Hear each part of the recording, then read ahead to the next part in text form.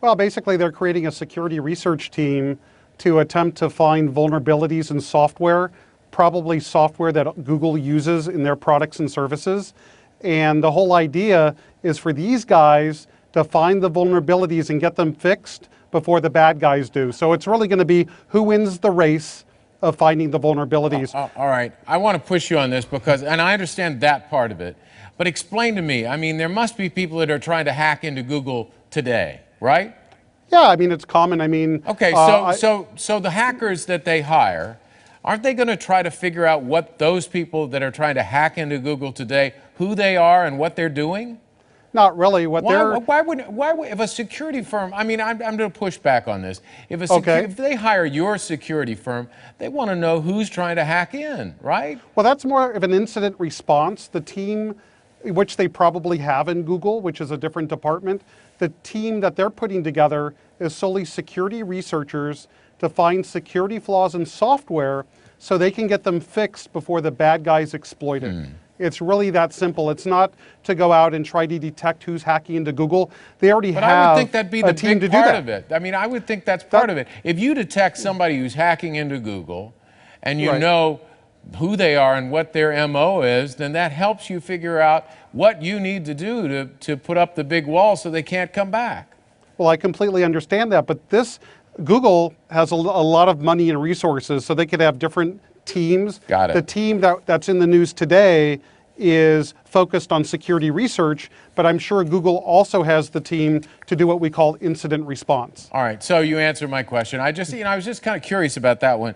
So we asked you tonight, our producer Brittany, she asked you to hack into, see if you could hack into her boyfriend's phone and then send a message to her. And she has an iPhone and you did it. How'd you do it? Well, I didn't actually hack into her boyfriend's phone. I used what the GCHQ calls codename burlesque. I set up a system that allows me to... Wait a minute. The GCHQ is the NSA of the UK, right? Correct. And recently, Edward Snowden's files that revealed the codenames and the capabilities of the GCHQ, at least their cyber command, one of the codenames was called burlesque. And what burlesque is, it's a tool that they could use to spoof SMS messages. So what I did with Brittany is I just asked her for the phone number of a friend or a boyfriend or whatever, and I was able to send her a text message that appeared to be coming from her boyfriend, but I never hacked his phone. It was just a method. There is a way to actually send text messages. So it was a fake method. You made it look like you'd hacked into her phone. It came actually on her phone. It was indistinguishable that whether or not it came from her boyfriend, but it actually came from me because I told Brittany, please give Kevin all my passwords. You say that you can hack into any company system, 100% you can do that, anytime. 100%. We have a 100% success rate when clients allow us to use a technique called social engineering.